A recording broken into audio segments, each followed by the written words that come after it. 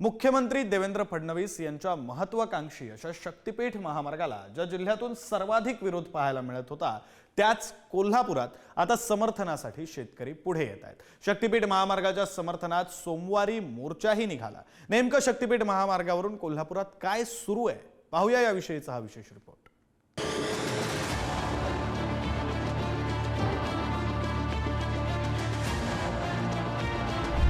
शक्तिपीठ महामार्ग मुख्यमंत्री देवेंद्र फडणवीस यांचा हा महत्त्वाकांक्षी प्रकल्प आतापर्यंत विशेषतः कोल्हापुरात या महामार्गाला विरोध होताना दिसला। अगदी अलीकडेच कोल्हापूरच्या शेतकऱ्यांनी पुणे बंगळुरू राष्ट्रीय महामार्ग अडवून विरोध केला होता। यापूर्वीही अनेकदा विरोधाचे मोर्चे निघाले, पण आता विरोधातल्या मोर्चातून काही नेते गायब होताना दिसतात। तर दुसरीकडे आता शक्तिपीठ महामार्ग व्हावा यासाठी आमदार राजेश क्षीरसागर यांनी बैठकांचा धडाका लावलाय। तर गडहिंग्लजमध्ये समर्थनासाठीचा मोर्चा निघाला।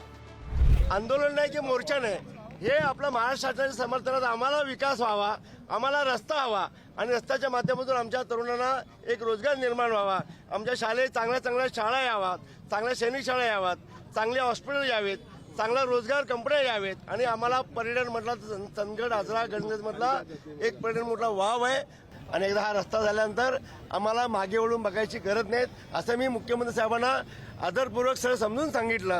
जर का एखादा चांगला महामार्ग होत असेल आणि त्याला 3 शक्तिपीठ 12 जिल्हे जवळपास 40 तालुके 250-300 गावं जोडली जात आहेत, व्यापार वाढतोय, उद्योग वाढतोय आणि मग अशा वेळेला 0.001% जर त्या ठिकाणी जमीन त्याला द्यावी लागत असेल तर ते चुकीचं आहे, मग त्याला विरोध करणं चुकीचं आहे। आणि त्यामुळं माझी सर्वांनाच विनंती आणि आव्हान आहे की आपण सर्वांनी या शक्तिपीठाला मान्यता दिली पाहिजे आणि सर्वांनी मिळून या विकासामध्ये सहभागी झालं पाहिजे।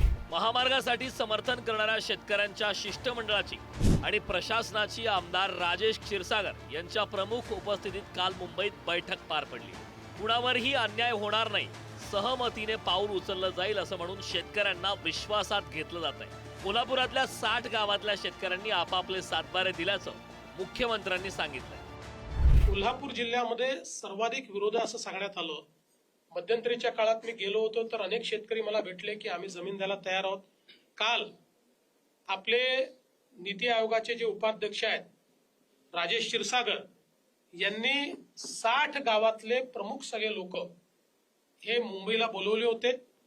त्यांच्या समोर प्रेझेंटेशन झालं आणि प्रेझेंटेशन नंतर त्या प्रेझेंटेशननी समाधान होऊन या 60 गावातल्या लोकांनी आपले 7/12 हे आमचं ॲक्विजिशन करायला हरकत नाही म्हणून हँडओव्हर केले। आमदार क्षीरसागर यांच्या उपस्थितीत झालेल्या बैठकीचा आणि मुख्यमंत्र्यांच्या या विधानाचा राजू शेट्टींनी चांगलाच समाचार घेतलाय। जिल्ह्यातल्या 1000 शेतकऱ्यांनी या महामार्गाला संमती दिल्याचा कांगावा मुख्यमंत्री करतायत, यातून त्यांचा ढोंगीपणा उघड होतोय असं राजू शेट्टींनी म्हटलंय। एकूण जिल्ह्यामध्ये 3822 गट नंबरपैकी 5300 एकर जमीन शक्तिपीठ महामार्गाला जाणार आहे।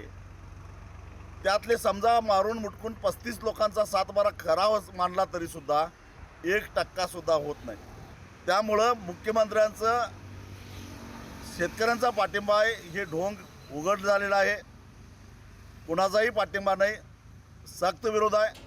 एकीकडे समर्थन वाढतंय तर दुसरीकडे या समर्थनाचं प्रमाण अत्यल्प असल्याचं सांगत विरोधक अजूनही शक्तिपीठ महामार्गाला विरोध करतायत। तर तिकडे चंदगडमधून शक्तिपीठ महामार्ग जाण्याला समर्थन दिलं जातं। ही सद्यस्थिती पाहता मुख्यमंत्र्यांच्या या महत्त्वाकांक्षी महामार्गाबाबत शेतकरी काय भूमिका घेतात यावर सर्व काही अवलंबून असेल। कोल्हापूरहून शेखर पाटीलसह ब्युरो रिपोर्ट पुढारी न्यूज।